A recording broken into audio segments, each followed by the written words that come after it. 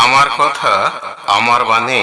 এটি লিখেছেন বাংলা পণ্ডিত কবি সাহিত্যিক দীপঙ্কর পণ্ডিত। আচমন করার সময় ওং বিষ্ণু, ওং বিষ্ণু, ওং বিষ্ণু বলে বারবার হাত না ধুয়ে আগে হাত ধুয়ে নেওয়াই ভালো, তারপর জোড়ো হাত করে ওং বিষ্ণু বলা ভালো। এতে দেবতা প্রসন্ন হবেন, না হলে দেবতা রুষ্ট হন। কেননা ওং নম শিবায় বলে শিবের মাথায় জল ঢালা হয়। কই সেক্ষেত্রে তো ওং নম শিবায় বলে জল ঢেলে বারবার হাত ধুতে হয় না। বিষ্ণুর বেলায় কেন? এটি ব্রাহ্মণদের গোঁড়ামি। আমার কথা আমার বাণী।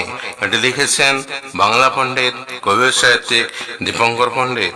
পৃথিবীতে তিন প্রকার মানুষ দেখা যায়, যেমন পুরুষ মানুষ, মহিলা মানুষ এবং হিজড়া মানুষ। আমার কথা আমার বাণী। এটি লিখেছেন বাংলা পণ্ডিত কবি সাহিত্যিক দীপঙ্কর পণ্ডিত। গভীর সমুদ্রের বিশাল জলরাশির ঢেউ বারবার সমুদ্রের কিনারায় এসে ধাক্কা মারে, আবার ফিরে যায়। এইভাবে ক্রমাগত চলতে থাকে।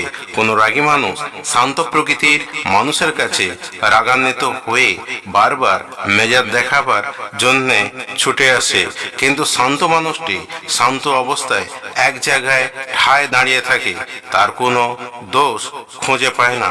বরং রাগান্বিত লোকটি আপনা থেকেই চুপ করে যায়। আমার কথা আমার বাণী। এটি গদ্যরূপ বাণী। এটি লিখেছেন বাংলা পণ্ডিত কবি সাহিত্যিক দীপঙ্কর পণ্ডিত।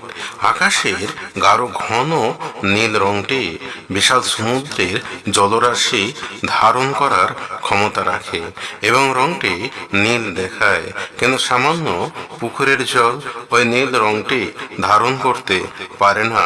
বরং আকাশের নীল রংটিকে প্রতিফলন হিসাবে আকাশটাকে দেখায়। গভীর মনের মানুষ মহৎ প্রকৃতির হলে তিনি সহজেই বড় মাপের জিনিসকে বুঝতে ও তার ক্ষমতাকে সমাধান করতে পারে, কিন্তু ছোট কুট প্রকৃতির মানুষ বড় মাপের জিনিসকে সহজে বুঝতে ও শুনতে চায় না, বরং তার নিজের ক্ষমতাকে জারি করে। আমার কথা আমার বাণী। এটি লিখেছেন বাংলা পণ্ডিত কবি সাহিত্যিক দীপঙ্কর পণ্ডিত।